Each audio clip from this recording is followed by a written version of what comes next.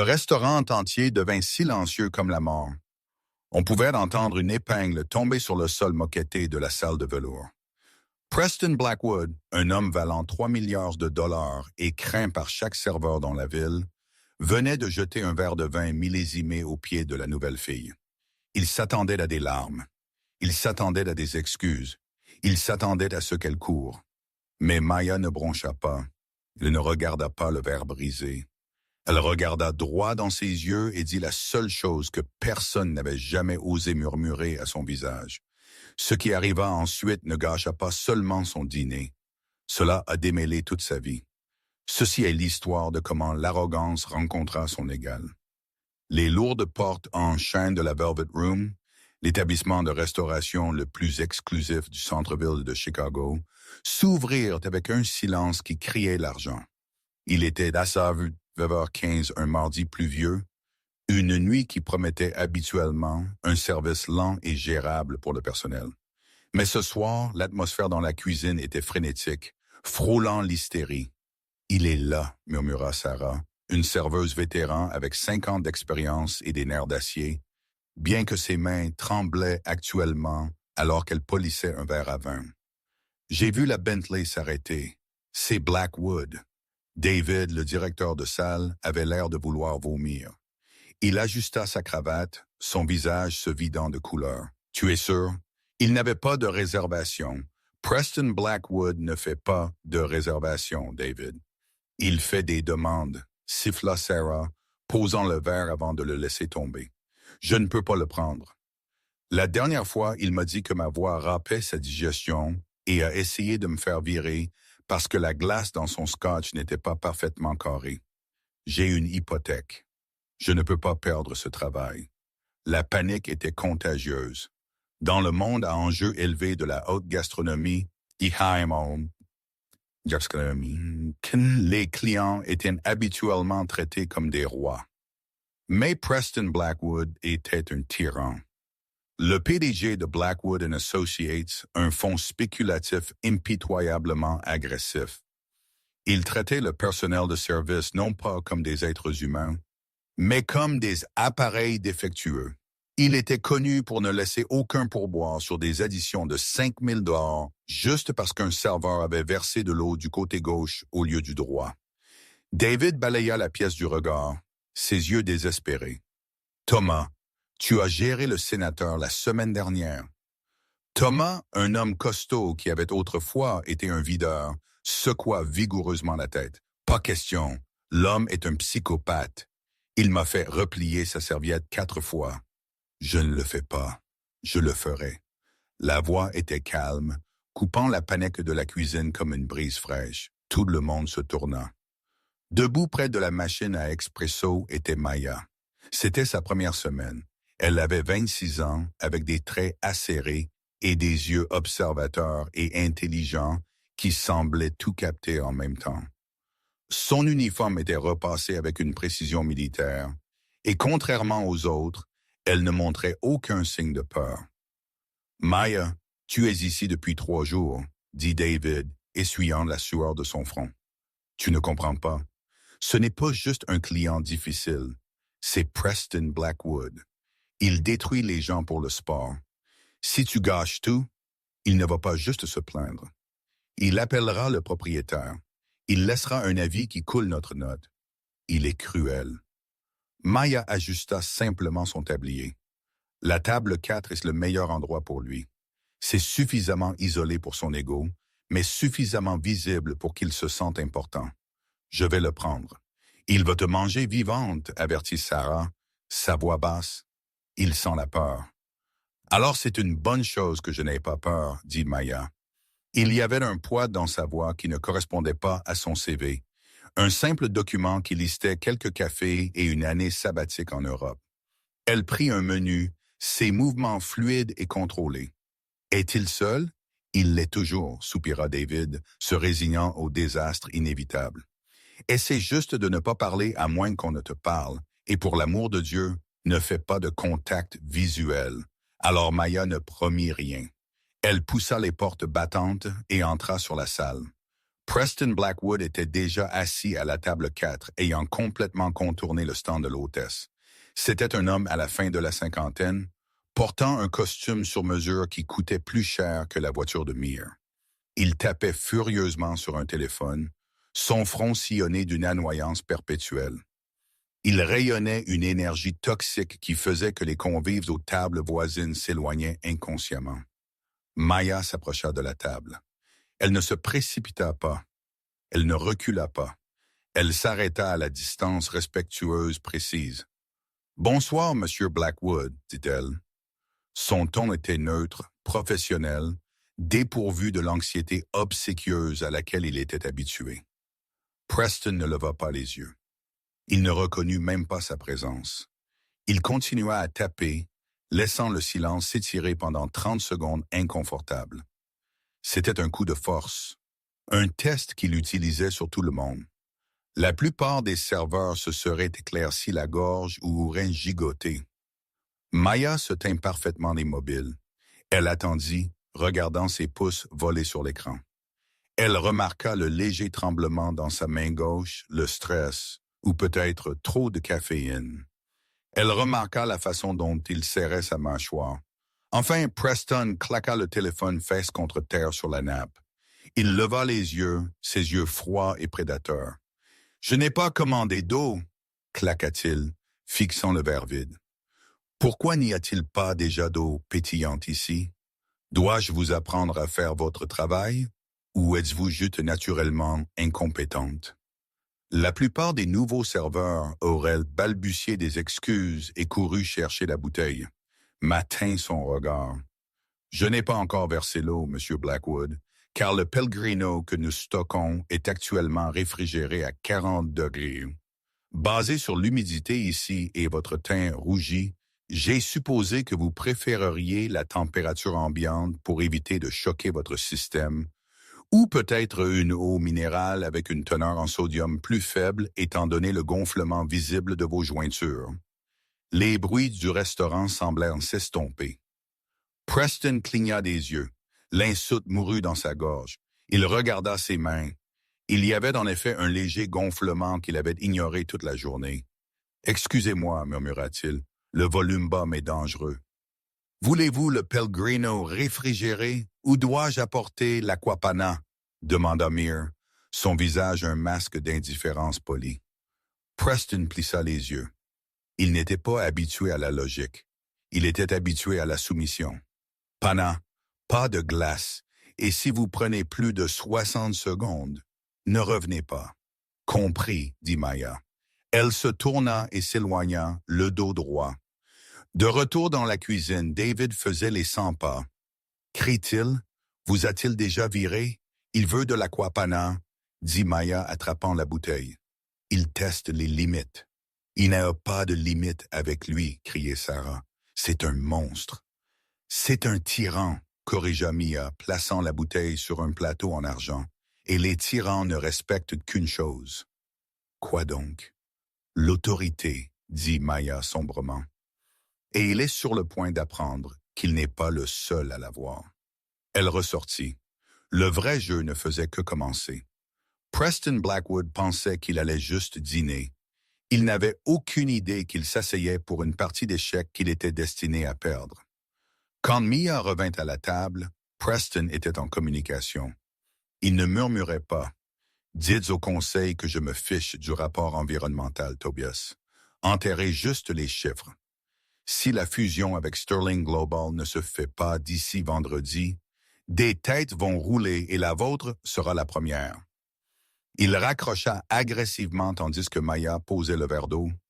Elle versa avec une élégance exercée, sans renverser une goutte. « Mets-nous » exigea Preston, sans dire merci. Maya le lui tendit. Il ne l'ouvrit pas. Il le jeta de côté. « Je ne veux pas lire. Je veux le Bordeaux 82, le lourd. » Maya fit une pause. La Velvet Room avait une cave étendue, l'une des meilleures de Chicago. Le Château Lourd 1982 était une légende. Prix à près de 4 100 $ pour la bouteille. Un excellent choix, dit Maya. Cependant, Le sommelier décante actuellement un Margaux 1990 qui respire depuis 1 heure. Le lourd 88 que nous avons en stock vient d'être déplacé de la cave inférieure ce matin. Il ne s'est pas déposé. Si vous le buvez maintenant, le sédiment ruinera la finale. Preston rit. C'était un son d'aboiement cruel. Êtes-vous un sommelier? Non, monsieur. Je suis votre serveur, alors ne me parlez pas de sédiment. Je veux le lourd et je le veux maintenant. Allez le chercher, Phileas chercher. L'insulte resta suspendue dans l'air. Phileas chercher. C'était dégradant, sexiste et conçu pour la priver de dignité. Maya sentit une bouffée de chaleur dans sa poitrine, mais elle la repoussa dans la partie froide et analytique de son cerveau. Il veut une bagarre, pensa-t-elle. Il veut que je craque pour qu'il puisse se sentir puissant parce qu'il perd le contrôle de la fusion. Très bien, dit Maya. Elle alla voir le caviste. Le sommelier, un Français nommé Henri, regarda le ticket. Le lourd pour la table 4, c'est un gâchis. Il le boit comme du soda. Donne-le-moi juste, Henri, dit Maya. Elle revint avec la bouteille. Elle présenta l'étiquette. Preston agita une main dismissive. Ouvrez-le. Elle effectua le rituel. La feuille coupée, le bouchon tiré. Parfait. Elle versa une petite quantité pour qu'il goûte. Preston fit tournoyer le liquide rouge foncé, prit une gorgée, puis son visage se tordit d'un dégoût exagéré. Il cracha le vin dans sa serviette et jeta la serviette sur le sol. « Vinaigre !» cria-t-il. Les têtes se tournèrent de chaque table. Le gérant, David, se figea près de l'entrée, son visage d'une pâleur fantomatique. « C'est de la piquette !» hurla Preston, sa voix résonnant dans la salle à manger. « Vous m'avez apporté une mauvaise bouteille. Essayez-vous de m'empoisonner ou êtes-vous juste trop stupide pour vérifier le bouchon? » Ma se tint au-dessus de lui. La bouteille était dans sa main. Le vin était parfait. Elle pouvait sentir les notes complexes de cassis et de cèdre de là où elle se tenait. Il mentait. Il jouait un rôle. Le vin est sain, monsieur. Blackwood, dit Maya, sa voix s'élevant juste assez pour être entendue par les tables voisines, calme et ferme. Me traitez-vous de menteur? Preston se leva. C'était un homme grand, imposant. Il la dominait. J'ai dit, c'est du vinaigre, emportez-le, apportez-moi un autre, et je ne paie pas pour cette saleté. C'était le piège. Si elle le reprenait, elle admettait sa faute. Si elle argumentait, elle était impolie. Maya ne recula pas. Elle posa la bouteille délicatement sur la table. Je ne peux pas reprendre une bouteille qui n'est pas défectueuse simplement parce que vous souhaitez exercer une dominance sur le personnel, dit Mia clairement. Le silence était total. Une fourchette claqua sur une assiette 3 tables plus loin. Le visage de Preston prit une teinte de rouge violent. Exercer une dominance. Savez-vous qui je suis? Je pourrais acheter ce bâtiment et le transformer en parking d'ici demain matin. Je suis Preston Blackwood. Je sais, dit Maya. Elle fit un pas de plus, envahissant son espace personnel d'un seul pouce. Je sais aussi que votre palais est probablement compromis parce que vous avez fumé des cigares Cohiba, Siglo V, Sixt tout l'après-midi. Je peux le sentir sur votre veste. Les tanins lourds du lourd réagissent avec le goudron de tabac résiduel sur votre langue. Le vin n'est pas amer, Monsieur Blackwood. Vous l'êtes. La salle à l'état. C'était une inspiration collective. Preston avait l'air d'avoir été giflé. Sa bouche s'ouvrit, mais aucun son n'en sortit.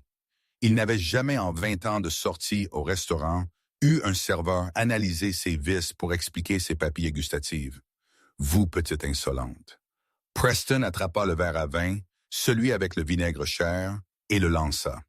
Il visa le sol, mais l'éclaboussure fut large. Le vin rouge imbiba l'ourlet du tablier immaculé de Mir et éclaboussa ses chaussures. « Vous êtes viré » hurla Preston, pointant un doigt tremblant vers son visage. « Manager, venez ici. Je veux que cette fille soit dans la rue maintenant. » David se précipita, trébuchant pratiquement sur ses propres pieds. « Monsieur Blackwood, je suis tellement désolé. Je suis tellement désolé. » Maya reculait, elle l'est à la cuisine. David se tourna vers Preston, inclinant la tête comme un serviteur devant un roi. « Monsieur, s'il vous plaît, permettez-moi d'offrir votre repas. Nous ouvrirons une nouvelle bouteille, n'importe quelle bouteille que vous voulez à la maison. S'il vous plaît, pardonnez à la fille. Elle est nouvelle. Elle ne sait pas. Elle m'a insulté. » Preston rugit, savourant la peur du gérant.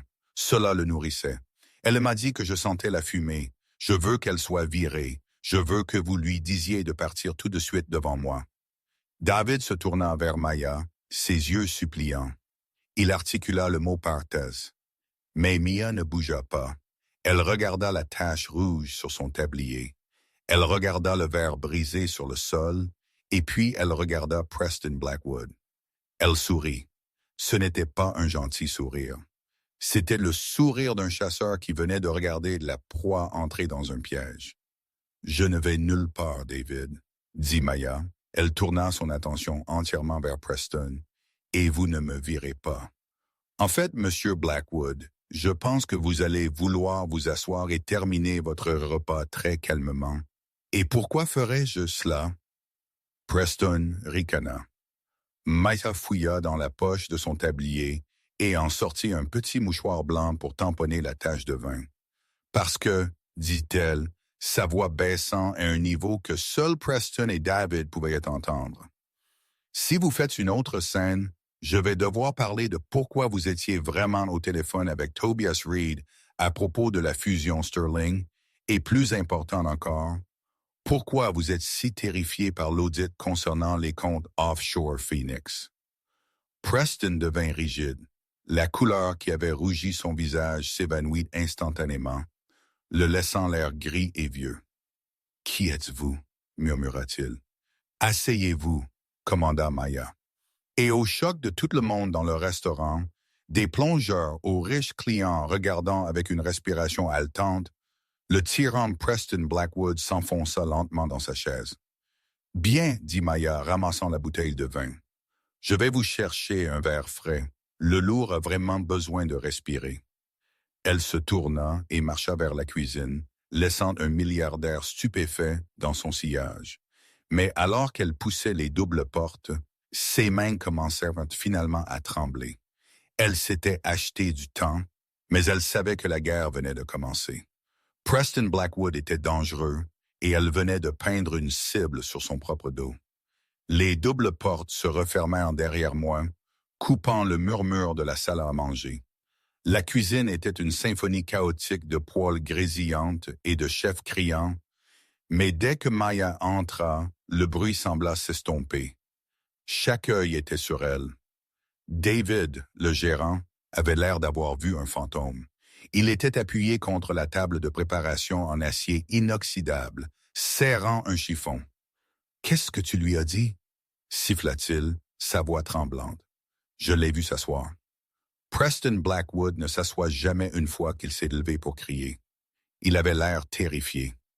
Maya ne répondit pas immédiatement. Elle marcha vers l'évier et lava le vin de ses mains. Je lui ai juste rappelé que le stress est mauvais pour la digestion. David, les Dosols est-il prêt pour la table 4? La Dobersol, Sarah, murmura la serveuse vétéran s'approchant. Maya, es-tu folle? Tu ne peux pas retourner là-bas. Il va te détruire. Il est probablement au téléphone en ce moment, appelant le propriétaire, le maire, peut-être l'équipe SWAT. Tu dois partir. Sors par l'arrière. Je te pointerai. Maya sécha ses mains avec une serviette en papier, son expression illisible. Je ne pars pas, Sarah. Et lui non plus. Il doit finir son dîner. C'est un jeu de pouvoir. S'il part maintenant, il admet que je l'ai atteint. Il est trop arrogant pour cela. Elle avait raison. Dans la salle à manger, Preston Blackwood fumait. Il s'assit rigidement sur sa chaise, fixant le verre de vin frais qu'un plongeur avait craintivement placé devant lui. Ses jointures étaient blanches alors qu'il serrait le pied. « Comte Phoenix », pensa-t-il, son cœur martelant contre ses côtes. Comment c'était-elle pour Phoenix? Cette information était enfouie profondément. C'était une société écran offshore aux îles Caïmans, utilisés pour acheminer des pots de vin au commissaire à l'urbanisme et blanchir de l'argent provenant de titres non enregistrés. Seules 3 personnes dans le monde le savaient. Lui-même, son avocat, Tobias, et son homme à tout faire, un homme nommé Garrison Stone. Preston sortit son téléphone, le gardant sous le bord de la table. Ses pouces volèrent sur l'écran, textant Garrison. Besoin de vérification d'antécédents dès que possible. Non.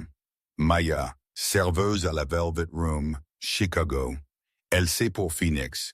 Découvrez pour qui elle travaille. Je veux son adresse, sa famille, tout. Il appuya sur envoyer. Il but une gorgée de vin. Il avait un goût de cendre dans sa bouche, mais il se força à avaler. Il regarda les portes de la cuisine comme un faucon. Lorsque Maya réapparut, portant un plateau en argent, ses yeux se rétrécirent en fente. Elle marchait avec une grâce terrifiante. La plupart des serveurs se précipitaient. Maya glissait. Elle s'approcha de la table et posa le plateau. « Solde de Douvres Munera », annonça-t-elle doucement. Désossée à table comme demandé. Elle produisit une cuillère et une fourchette de service. Preston regarda ses mains. Elles étaient stables, pas un tremblement. Cela l'exaspérait. Il voulait la voir trembler. Il voulait voir la peur dans ses yeux qu'il voyait dans ceux de tous les autres. « Qui vous a envoyé ?» demanda Preston, sa voix basse et gutturale. « C'est Sterling? La concurrence vous a-t-elle engagé pour m'espionner? » Maya commença à désosser le poisson, ses mouvements chirurgicaux. Elle sépara la chair délicate de l'arête en un mouvement fluide. « Je suis ici pour servir le dîner, Monsieur Blackwood. Les capres sont fraîches de Sicile. Je recommande de le manger tant qu'il est encore fumant. » « Ne jouez pas avec moi, » siffla Preston. Il se pencha en avant. « Vous n'êtes pas une serveuse. Vous parlez comme une avocate et vous vous tenez comme un soldat. Je vais découvrir qui vous êtes et quand je le ferai, je vous enterrerai si profond que la lumière du jour ne vous trouvera pas. » Maya fit une pause. Elle tint la cuillère de service en argent en l'air. Elle le regarda et pendant une seconde, son masque professionnel glissa, révélant un aperçu d'acier froid et dur en dessous. « Monsieur Blackwood, » dit-elle, sa voix baissant à un murmure qui glaça son sang. « Si vous creusez trop profond, vous pourriez tomber dans le trou vous-même. Je me soucierai moins de qui je suis et plus de l'audit de la cesse qui est prévu pour lundi prochain. Celui que vous pensez avoir soudoyé le commissaire Hayes pour le retarder. Hayes a été arrêté ce matin. N'avez-vous pas vérifié les nouvelles? » Preston laissa tomber sa fourchette. Elle claqua bruyamment contre la porcelaine. Il n'avait pas vérifié les nouvelles. Il avait été en réunion toute la journée. Il se précipita à nouveau vers son téléphone, ouvrant l'application d'actualité économique. Nouvelle de dernière minute, commissaire à l'urbanisme. Hayes inculpé de charges de corruption. Preston sentit la pièce tourner. Si Hayes parlait, les comptes Phoenix seraient exposés. Et cette fille, cette serveuse, elle savait avant lui. Son téléphone vibra. C'était une réponse de Garrison, son homme à tout faire, effectuant la reconnaissance faciale et les antécédents. C'est un fantôme. Pas de médias sociaux, pas d'historique de crédit sous Maya à cette adresse. Le seul dossier d'emploi est ce restaurant commençant il y a 3 jours. Patron, soyez prudent. Ce n'est pas une civile. Preston fixa le texte. Ce n'est pas une civile. La peur se transforma en un nœud froid et dur d'agression. Il était acculé. Et quand Preston Blackwood était acculé, il ne négociait pas. Il attaqua. Il ne pouvait pas la virer. Elle en savait trop. Il ne pouvait pas la soudoyer. Elle n'était clairement pas intéressée par l'argent. Il devait la discréditer. Il devait la faire disparaître dans le système juridique pour qu'elle ne puisse parler à personne. Il regarda Maya qui versait placidement plus de sauce sur son poisson. « Vous pensez être intelligente, » dit Preston, sa voix changeant. Ce n'était plus de la colère, c'était onctueux, malveillant. Mais vous oubliez une chose dans cette ville. La vérité n'importe pas. La perception importe. Et en ce moment, la perception est que vous êtes une personne quelconque et que je suis un pilier de la communauté. Profitez de votre poisson, dit simplement Maya, reculant. Oh, je le ferai, sourit Preston. C'était un sourire de requin. Mais d'abord, apportez-moi une autre serviette. Celle-ci est sale. Maya hocha la tête et se tourna pour marcher vers la station de service. Dès que son dos fut tourné, Preston bougea à la vitesse de l'éclair. Il fouilla dans la poche de sa veste et en sortit un lourd étui à cigarette en platine incrusté de diamants. Il valait 50 000 $. Avec une légère de main pratiquée dans 1000 tromperies de salle de conférence, il glissa l'étui à cigarette sous le rebord du panier à pain sur le bord éloigné de la table, le côté que Mia devrait traverser pour débarrasser les assiettes. Il mettait en scène. Il n'allait pas juste lui gâcher la nuit. Il allait l'envoyer en prison. Le service du dîner s'éternisa comme une lente torture. La pluie à l'extérieur de la salle de velours s'était transformée en une averse torrentielle, martelant les fenêtres en verre. À l'intérieur, la tension à la table 4 était palpable. Preston mangeait lentement, mâchant chaque bouchée avec des mouvements délibérés et agressifs. Il observait Mia chaque fois qu'elle s'approchait. Il attendait le moment parfait. Il vint pendant le débarrassage du plat principal. Maya s'avança pour retirer le panier à pain. Alors qu'elle le soulevait, Preston claqua soudainement sa main sur la table. « Où est-il » cria-t-il. Le restaurant, qui venait de commencer à revenir à un volume normal, redevint silencieux. David, le gérant, ferma les yeux de désespoir près du pupitre d'accueil. « Monsieur, » demanda Maya, tenant le panier à pain, « mon étui à cigarette. » Preston rugit. Se levant, il tapota ses poches théâtralement. « Je l'avais juste ici sur la table, incrustation de platine et de diamants. » Il est parti. Il tourna son regard furieux vers Maya. « Vous l'avez pris. »« Je n'ai pas pris votre étui, Monsieur Blackwood, » dit Mia calmement. Elle ne broncha pas, mais ses yeux scannèrent la table rapidement. Elle réalisa instantanément ce qui se passait. Le coup montait. « Ne me mentez pas » hurla Preston. Il pointa un doigt vers elle. « Je vous ai vu. Vous avez tendu la main vers le pain et vous l'avez empoché. Je l'ai vu de mes propres yeux. Je n'ai pas de poche dans mon tablier qui pourrait cacher un étui de cette taille sans une protubérance. »« Monsieur, » dit Maya, levant les mains pour montrer qu'elle ne tenait rien d'autre que le panier. « Manager » hurla Preston. « Appelez la police maintenant. » David accourut, suant abondamment. « Monsieur Blackwood, s'il vous plaît. Sûrement il est juste égaré. Peut-être est-il tombé par terre. Je ne suis pas sénile et je ne suis pas aveugle. » Preston rugit. Il attrapa David par les revers de son costume. « Cette fille est une voleuse. Elle a été irrespectueuse toute la nuit et maintenant elle me vole. Je veux la police ici immédiatement. Si vous ne les appelez pas, j'appellerai moi-même le commissaire de police. Nous jouons au golf le dimanche. » David regarda Maya, ses yeux pleins d'excuses. « Maya, l'avez-vous fait? » « Non, David, » dit Maya. Sa voix était stable, mais son esprit s'emballait. Il essayait de la faire arrêter. Si elle était arrêtée, elle serait prise en empreinte digitale. Si elle était prise en empreinte digitale, sa couverture serait grillée, mais pas de la manière dont Preston s'y attendait. Cela déclencherait des alarmes dans des bases de données dont Preston Blackwood ne connaissait même pas l'existence. Elle devait éviter une arrestation. « Appelez-les » commanda Preston.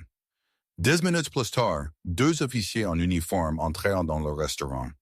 Ils étaient trempés par la pluie, l'air agacé.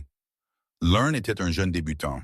L'autre était le sergent Reynolds, un homme au cou épais et aux yeux fatigués que Mia reconnut immédiatement. Pas personnellement, mais par type. C'était un homme qui s'inclinait devant les costumes coûteux. « Quel est le problème ici ?» demanda Reynolds, secouant l'appui de sa casquette. « Officier » dit Preston, s'avançant et mettant son masque de milliardaire respectable. « Je suis Preston Blackwood. Je dînais ici tranquillement quand cette serveuse a volé un étui en platine de 50 000 $ de ma table. Les sourcils de Reynolds montèrent. 50 000? C'est un grand larcin. Vous êtes sûr, Monsieur Blackwood? Je l'ai regardé le faire. Preston mentit doucement. Elle a été hostile toute la soirée. Elle pensait probablement pouvoir le porn et démissionner. Reynolds se tourna vers Mia. Il la regarda de haut en bas, ne voyant qu'une serveuse dans un tablier taché. « Madame, videz vos poches. »« Je ne l'ai pas pris, » dit Maya. Il l'a placé. Vérifiez les coussins des chaises. Vérifiez le sol. J'ai dit, « Videz vos poches », aboya Reynolds, sa main reposant près de sa ceinture. Maya soupira. Elle fouilla dans la poche de son tablier. Elle sortit son carnet de commandes. Elle sortit un stylo. Elle sortit le tire-bouchon. « Vérifiez la poche arrière, » dit Preston, un sourire suffisant se répandant sur son visage. Maya se figea. Elle n'avait pas utilisé sa poche arrière de toute la nuit. Elle tendit la main en arrière. Ses doigts frôlèrent du métal froid. Son cœur hâta un battement. « Qu'en a-t-il? » Elle se rappela quand elle s'était penchée pour verser l'eau. Il l'avait frôlé pour aller aux toilettes, mais s'était rassis. Il a dû le glisser à ce moment-là. Il était plus rapide qu'elle ne lui avait donné de crédit. Lentement, elle sortit l'étui en platine. La salle haleta. Sarah mit sa main sur sa bouche. David avait l'air de vouloir s'évanouir. « Ah ah! » cria Preston, tapant des mains. Prise en flagrant délit. Je vous l'ai dit, une voleuse et une menteuse. Le visage de Reynolds se durcit. « Tournez-vous, madame. Les mains derrière le dos. »« Officier, » dit Mia d'urgence, « prenez les empreintes digitales de l'étui. Vous trouverez ces empreintes au-dessus des miennes, ce qui signifie qu'il l'a manipulé en dernier. Ou vérifiez les caméras de sécurité du restaurant. »« Nous n'avons pas de caméras dans la salle à manger, » murmura David misérablement. « Seulement à l'entrée et à la cuisine pour l'intimité des clients. » « Tournez-vous » Reynolds attrapa le bras de Mia et le tordit derrière son dos. Les menottes se refermèrent en un clic. Le son était aigu et final. Preston se pencha près de son oreille, tandis que l'officier commençait à lire ses droits. « Vous auriez dû juste chercher l'eau, » murmura Preston, son souffle sentant le vin éventé et la malice. « Maintenant, vous allez en prison, et une fois que vous serez dans le système, mes avocats s'assureront que vous y restiez pendant 10 ans. Vous avez essayé de jouer dans les grandes ligues, petite fille. Vous avez perdu. » Maya le regarda. Elle n'avait pas l'air vaincue. Elle avait l'air furieuse. « Officier Reynolds, » dit Maya, sa voix coupant le bruit. « Avant de me transporter, je demande que vous appeliez votre commandant de corps, spécifiquement le lieutenant Miller au 4e district. » Reynolds fit une pause, la retenant par le bras. « Vous connaissez Miller? Dites-lui que vous avez un code 7 alpha détenu à la salle de velours. » Maya dit, « Et dites-lui que si je suis incarcéré dans une cellule de population générale, il expliquera au département de la justice pourquoi une opération fédérale a été compromise par un litige de leur sein local. » Reynolds fronça les sourcils. « De quoi parlez-vous?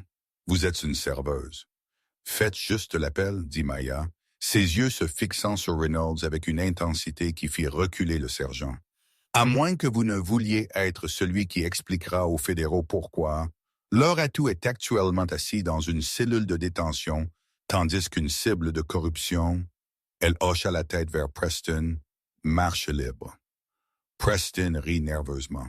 « Elle est folle, elle est délirante. Emportez-la. » Reynolds regarda Preston, puis May.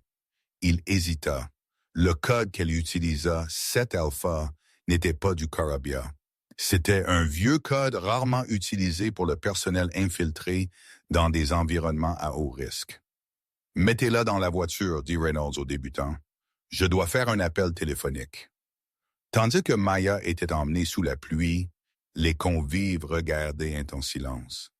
Preston Blackwood ajusta ses boutons de manchette, ressentant une vague de triomphe. Il avait gagné. Il avait éliminé la menace, ou du moins c'est ce qu'il pensait. Il se rassit et versa le reste du lourd dans son verre. Il ne remarqua pas l'homme au trench coat foncé assis au bar, qui avait observé toute la scène. L'homme tapota un écouteur. « Elle est en garde à vue », murmura l'homme au bord. Blackwood mordit à l'hameçon. Initier la phase 2. Maya n'avait pas perdu. Elle s'était juste laissée capturer. Le cheval de Troie était à l'intérieur des murs. Le véhicule de police sentait le café éventé et la laine humide de pluie. Sur la banquette arrière, Maya était assise en silence, ses mains menottées derrière son dos.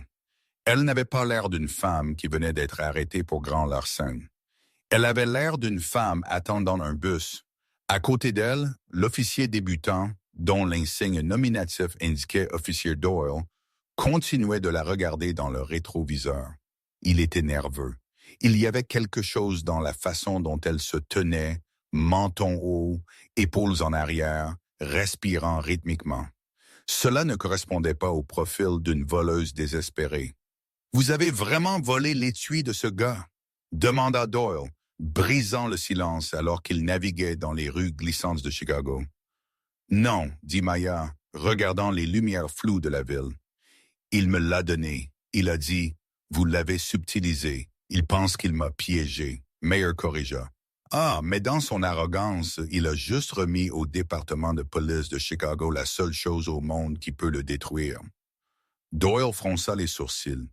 « L'étui à cigarette, ce n'est pas juste un étui à cigarette. » Officier Doyle. Maya ferma les yeux.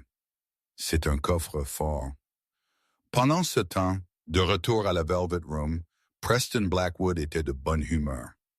Le restaurant s'était calmé après le départ de la police. Le personnel évitait la table 4 comme si elle était radioactive. David, le gérant, était recroquevillé près de la cuisine, l'air de vouloir vomir. Il venait de voir un employé se faire arrêter et il se sentait entièrement impuissant. Preston, cependant, commanda un cognac. « Vous là ?» Preston claqua des doigts vers Sarah, qui tremblait près du système de caisse. « Apportez-moi l'addition et dites à votre gérant que s'il veut garder son emploi, il interdira cette file des lieux de manière permanente. » Sarah s'approcha, plaçant l'addition sur la table. Elle regarda Preston avec un mélange de peur et de pur dégoût. « Elle ne l'a pas pris », murmura Sarah, incapable de se retenir. « Maya était les Swan. Elle m'a aidé avec mes tables. Elle ne volerait pas. » Preston rit, signant le reçu avec panache. Il donna 0 pourboire. « Tout le monde a un prix, chérie. Elle vient de se faire prendre à payer le sien.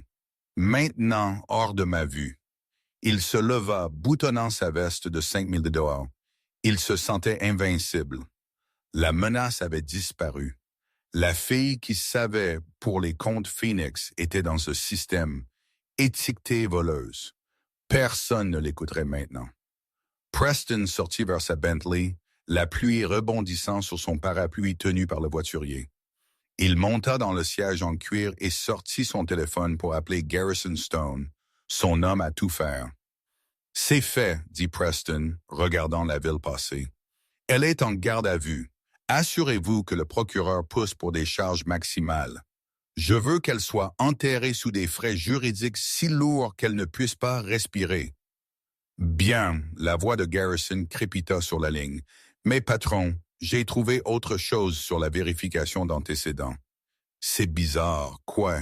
J'ai creusé plus profondément dans l'historique d'emploi. Le numéro de sécurité sociale qu'elle a utilisé pour le travail au restaurant. Il a été émis il y a 3 semaines. C'est frais, comme gouvernement frais, protection de témoins peut-être, ou infiltré. » Preston sentit un scintillement d'agacement, mais il le réprima. « C'est une serveuse, Garrison. Elle portait un tablier et nettoyait des miettes. N'y pensez pas trop. Assurez-vous juste que les accusations collent. » Il raccrocha. Il devait se concentrer sur demain. La fusion avec Sterling Global était prévue pour 9 heures du matin. Une fois qu'il aurait signé ses papiers, il contrôlerait un empire financier qui s'étendait sur 3 continents. Rien ne pouvait l'arrêter. Au poste du 4e district, les choses prenaient une tournure étrange. Le sergent Reynolds conduisit Mayer au bureau d'enregistrement. Il était sur le point d'instruire l'officier d'enregistrement de prendre son prince quand son téléphone sonna. C'était le commandant de Card, anciennement désigné comme Miller. Reynolds, la voix du commandant, était tendue, frôlant la panique. Avez-vous une suspecte amenée de la salle de velours nommée Maya? Oui, je viens de l'amener. Grand Larson a volé un étui en platine à Preston Blackwood. Stop, ordonna le commandant. Ne l'enregistrez pas. Ne la prenez pas en empreinte. Ne la mettez pas en cellule.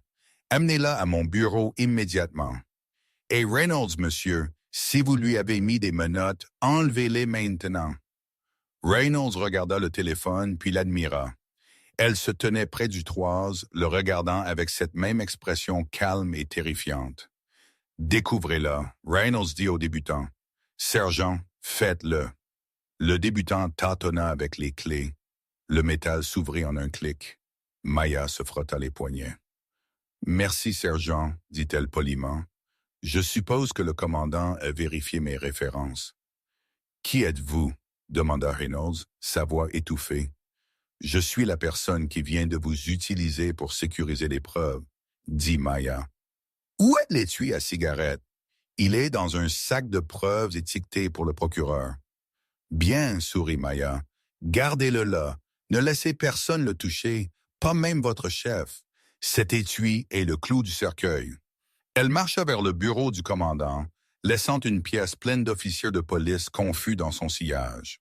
Le piège avait été tendu, et la proie dormait actuellement profondément dans son penthouse, rêvant de milliards. La salle de conférence de Blackwood & Associates était une forteresse de verre et d'acier, située au 40e étage, surplombant la ligne d'horizon de Chicago. La pluie s'était dissipée, laissant un soleil matinal brillant et vif qui scintillait sur la table en acajou poli. Preston Blackwood était assis à la tête de la table. À sa droite se trouvait Tobias Reed, son avocat nerveux et transpirant. À sa gauche se trouvaient les dirigeants de Sterling Global, le conglomérat massif avec lequel Preston était sur le point de fusionner. Les termes sont acceptables, dit la PDG de Sterling, une femme stricte nommée Madame Galloway. Elle tapota la pile épaisse de contrats. Cependant, nous avons entendu des rumeurs, Monsieur Blackwood. Des rumeurs concernant une enquête sur des comptes offshore. Preston agita sa main de manière dismissive. Mensonge des concurrents, Madame Galloway. Tentative désespérée de dévaluer mes actions avant la fusion. Mes livres sont ouverts. Ma réputation est impeccable. Nous avons entendu qu'il y a eu un incident dans un restaurant la nuit dernière, insista Madame Galloway. Implication de la police. Une légère annoyance. Preston gloussa doucement. Une serveuse a tenté de voler un héritage familial. La police s'en est occupée. Ce n'est d'aucune conséquence. Tobias se pencha, murmurant. Preston, nous avons besoin d'un signe. Le marché ouvre dans 10 minutes. Preston ramassa son stylo plume en or. Faisons l'histoire, dit-il. Il abaissa le stylo sur le papier. Bam! Les lourdes doubles portes de la salle de conférence ne s'ouvrirent pas. Elles furent jetées ouvertes. 2 hommes en costume sombre entrèrent, suivis de 4 officiers fédéraux en uniforme, et marchant entre eux, portant un élégant tailleur pantalon bleu marine au lieu d'un tablier taché, était Maya. Preston se figea, le stylo planant au-dessus de la ligne de signature. « Je crains de devoir interrompre », dit Maya, sa voix se projetant clairement à travers la pièce. C'était la même voix qui avait décrit le vin, mais maintenant, elle portait le poids du département de la justice des États-Unis. Vous, Preston, vous levâtes, son visage virant au violet. Sécurité. Comment est-elle entrée ici? Cette femme est une voleuse. Elle est sous caution.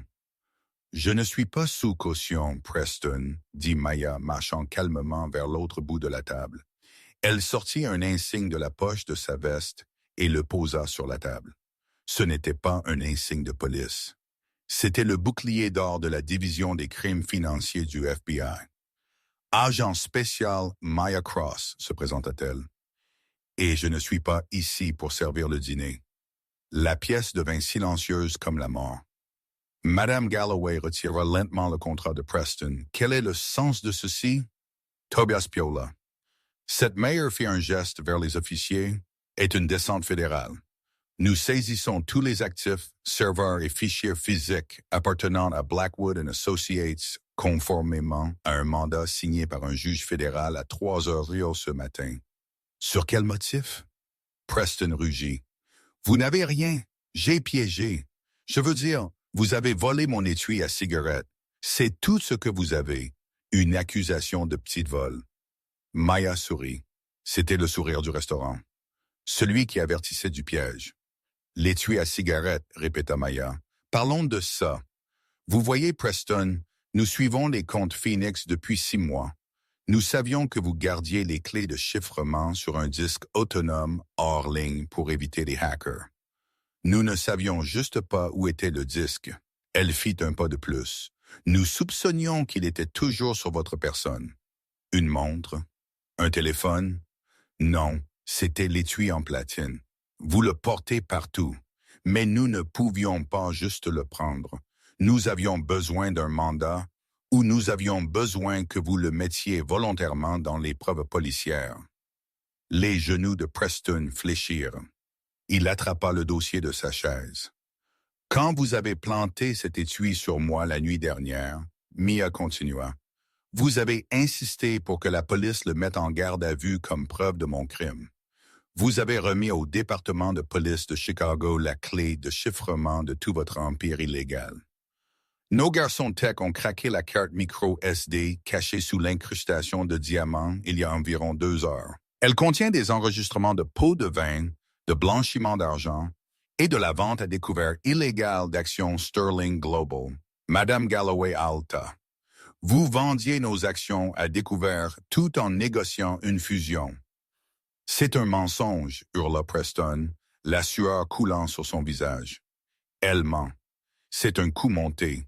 Les métadonnées ne mentent pas, Monsieur Blackwood, dit Mia. Et l'enregistrement audio non plus. Maya tapota son revers. Je portais un micro la nuit dernière. Chaque mot que vous avez dit, m'appelant une fille à chercher, admettant la corruption du commissaire Hayes, admettant que vous m'enterreriez sous des frais juridiques. Tout est sur bande. Vous n'avez pas juste avoué des crimes financiers. Vous avez avoué une conspiration pour entraver la justice. Mayer hocha la tête aux officiers. Preston Blackwood, vous êtes en état d'arrestation. Les officiers s'approchèrent. Ils n'utilisant pas le toucher doux que Reynolds avait utilisé. Ils firent tourner Preston et le claquèrent contre la table en acajou, la même table où ils pensaient qu'il deviendrait le roi de Chicago. « Ne me touchez pas !» Preston hurla. « Savez-vous qui je suis? » Tobias, faites quelque chose. Tobias Reed reculait déjà, les mains levées. « Je coopère, Agent Cross. Je vous dirai tout. Je ne faisais que suivre des ordres. »« Traître !» Preston hurla, tandis que les menottes, en acier standard non, se refermaient en un clic autour de ses poignets. Maya s'approcha de lui tandis que les officiers le relevaient. Il avait l'air petit maintenant. L'arrogance avait disparu, remplacée par la réalisation terrifiée que sa vie était finie. « Vous aviez raison sur une chose, Monsieur Blackwood, » dit Mia doucement, de sorte que seul lui pouvait l'entendre. « Je vous ai apporté la mauvaise eau. Vous vouliez de l'aquapana, mais là où vous allez, l'eau vient d'un robinet à côté d'une toilette. J'espère que votre palais pourra s'adapter. » Ils le traînèrent dehors. Les dirigeants de Sterling le regardèrent partir avec dégoût. Maya ramassa son insigne. Elle regarda Madame Galloway. « Je m'excuse pour la perturbation, Madame. Mais je crois que votre fusion aurait été une erreur catastrophique. Vous nous avez sauvé des milliards, » dit Madame Galloway, toujours sous le choc. « Merci, agent. » Maya hocha la tête et se tourna pour partir. Son corps était enfin terminé. La chute de Preston Blackwood ne fut pas une glissade silencieuse dans l'obscurité. Ce fut un événement cataclysmique qui ébranla les fondations du quartier financier de Chicago. Le procès, qui commença 3 mois après le raid, devint le spectacle juridique le plus regardé de la décennie. La procureure fédérale, une femme acérée nommée Eleanor Vance, qui essayait de coincer Blackwood depuis des années, n'a pas seulement présenté un dossier. Elle a démantelé un homme. La pièce maîtresse du procès n'était pas les téraoctets de données trouvées sur la carte micro SD à l'intérieur de l'étui à cigarette en platine. Bien que cette preuve fût suffisamment accablante pour garantir une condamnation, le véritable clou du cercueil était l'audio. Le dernier jour de témoignage, la salle d'audience était bondée. Des reporters, d'anciens employés et des victimes des précédentes acquisitions hostiles de Blackwood étaient assis épaule contre épaule. Maya était assise au premier rang, vêtue de sa tenue formelle du FBI, son visage impassible. « Peuple du jury », dit Vance, marchant devant la boîte. « Monsieur, la défense de Blackwood prétend qu'il est un génie incompris, un créateur d'emplois. Ils ont affirmé que la corruption était une erreur administrative, mais le caractère n'est pas montré dans la salle de conférence. Le caractère est montré dans l'obscurité. » Elle appuya sur lecture sur l'enregistrement audio capturé par le micro de Mir. La voix de Preston, amplifiée par les haut-parleurs de la salle d'audience, résonna à travers le silence. C'était le moment du restaurant, clair et indéniable. « Vous n'êtes pas une serveuse. Vous parlez comme une avocate. Je vous enterrerai si profond que la lumière du jour ne vous trouvera pas. Et puis la partie la plus dommageable dans cette ville, la vérité n'importe pas. La perception importe. Et en ce moment, la perception est que vous êtes une personne quelconque. » Preston, assis à la table de la défense, ferma les yeux.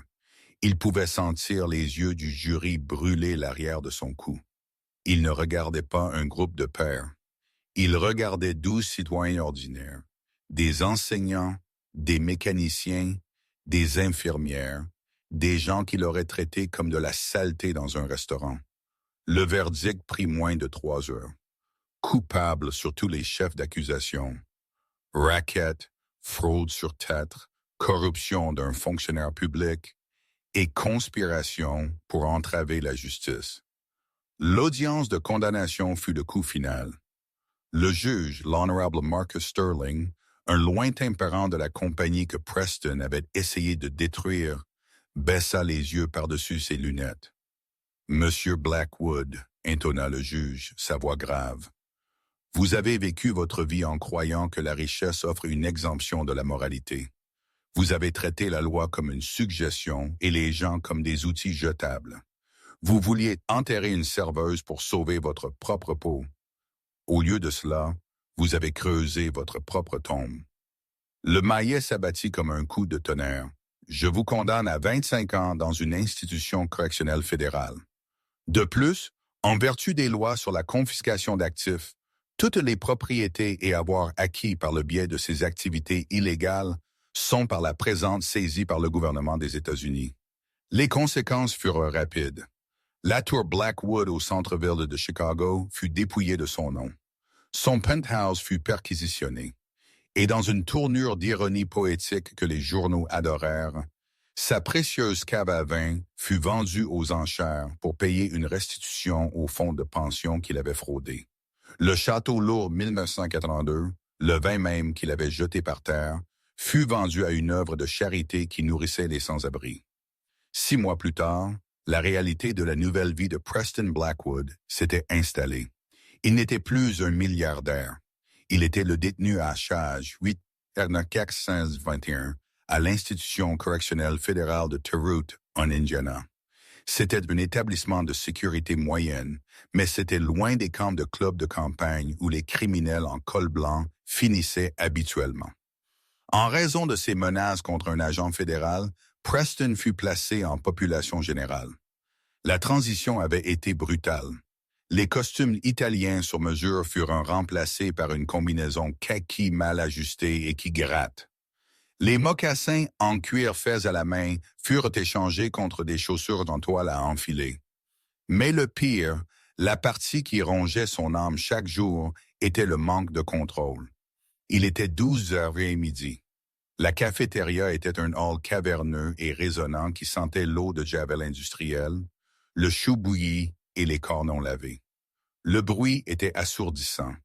Il n'y avait pas de jazz doux jouant, seulement le cliquetis des plateaux en plastique et les cris agressifs de centaines d'hommes. Preston se tenait en ligne, avançant en traînant des pieds. Il avait perdu 30 B, Sa peau, autrefois rougie par des soins du visage coûteux et du bon scotch, était écrasée des papiers racés. Il garda la tête baissée. Il avait appris rapidement que le contact visuel était un défi et s'il ne pouvait pas se permettre de défi.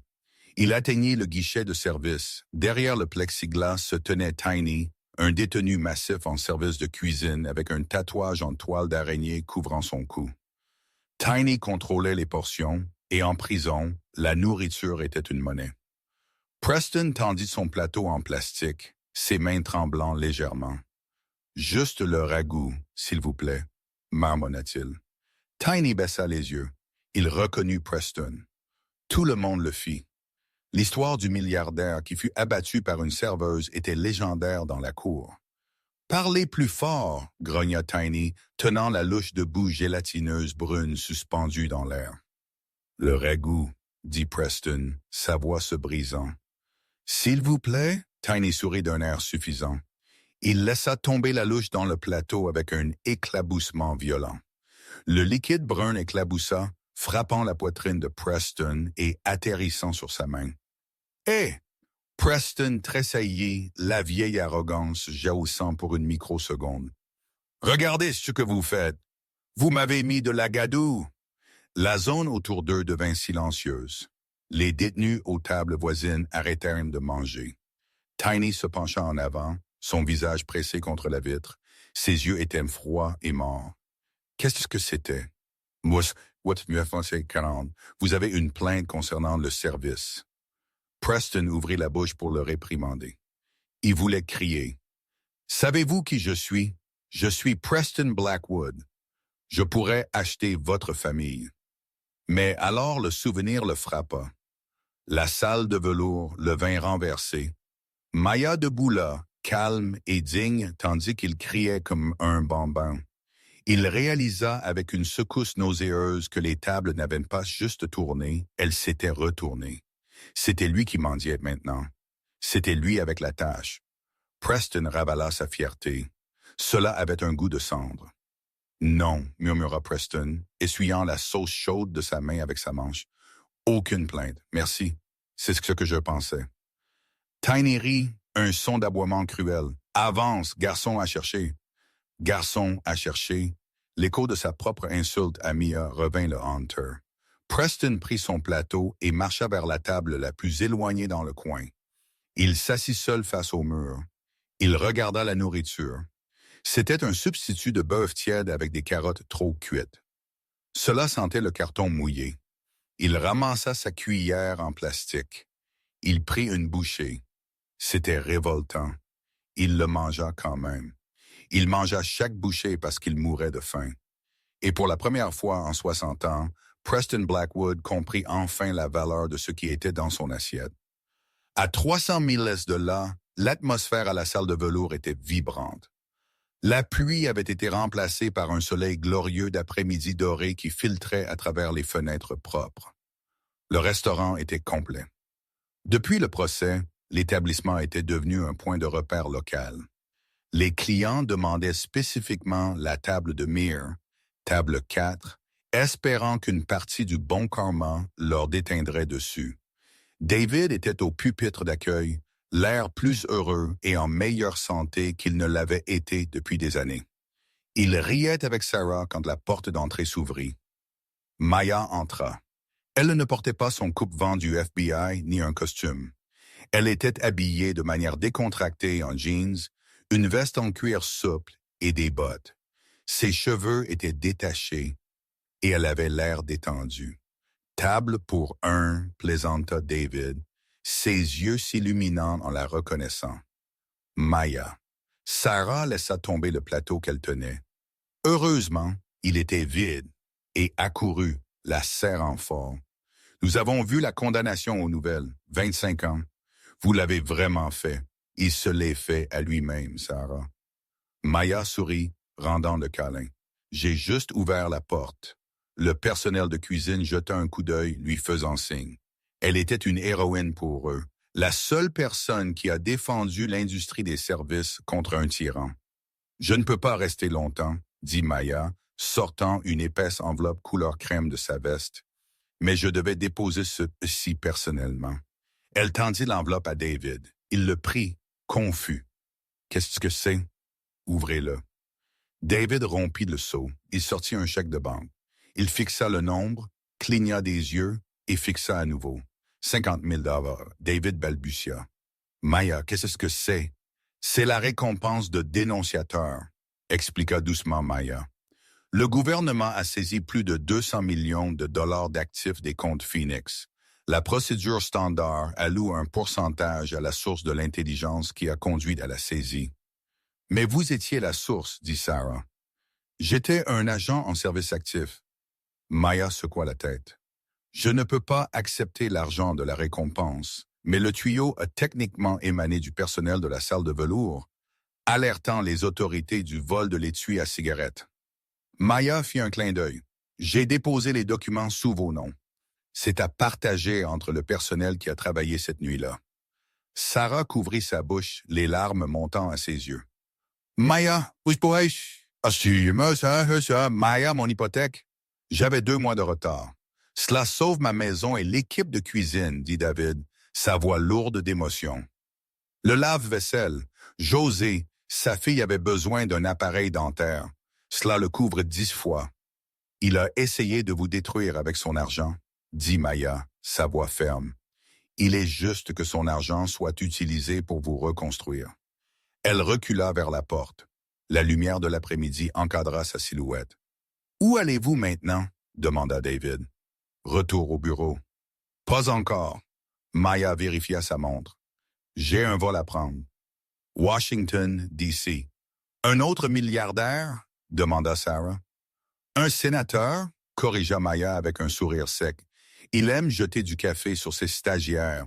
Je pense qu'il est sur le point d'embaucher une nouvelle assistante qui fait une tasse de café très spécifique. » David rit. « Donnez-lui l'enfer, Maya. Je lui donnerai la justice, promit-elle. Maya sortit dans la rue animée de Chicago. Elle hélait un taxi jaune, glissant sur la banquette arrière avec l'aisance exercée de quelqu'un qui avait vécu une 12aine de vies. Alors que la voiture démarrait, se fondant dans le trafic, elle ne regarda pas en arrière. Il y avait toujours plus d'intimidateurs dans le monde, plus de tyrans qui pensaient être intouchables. Mais tant qu'ils auraient des secrets, et tant qu'ils sous-estimeraient les gens qui les servaient, Maya serait là, attendant, regardant, prête à servir. Et c'est ainsi que le milliardaire le plus impoli de Chicago se servit d'une sentence de 25 ans sur un plateau d'argent. Preston Blackwood pensait que son argent le rendait intouchable. Mais il oublia la règle d'or. Traitez tout le monde avec respect, car vous ne savez jamais qui verse vraiment votre eau. Maya prouva que la dignité ne concerne pas ce que vous portez ou combien vous gagnez. Il s'agit du caractère. Et à la fin, le caractère gagne toujours. Si vous avez aimé cette histoire de justice servie froide, veuillez appuyer sur ce bouton « J'aime ». Cela aide vraiment la chaîne à grandir. Partagez cette vidéo avec quelqu'un qui a besoin d'un rappel que le karma regarde toujours. Et n'oubliez pas de vous abonner et de sonner la cloche de notification pour ne jamais manquer une nouvelle histoire. Qu'avez-vous pensé du piège de Maya? Faites-le moi savoir dans les commentaires ci-dessous. Merci d'avoir regardé.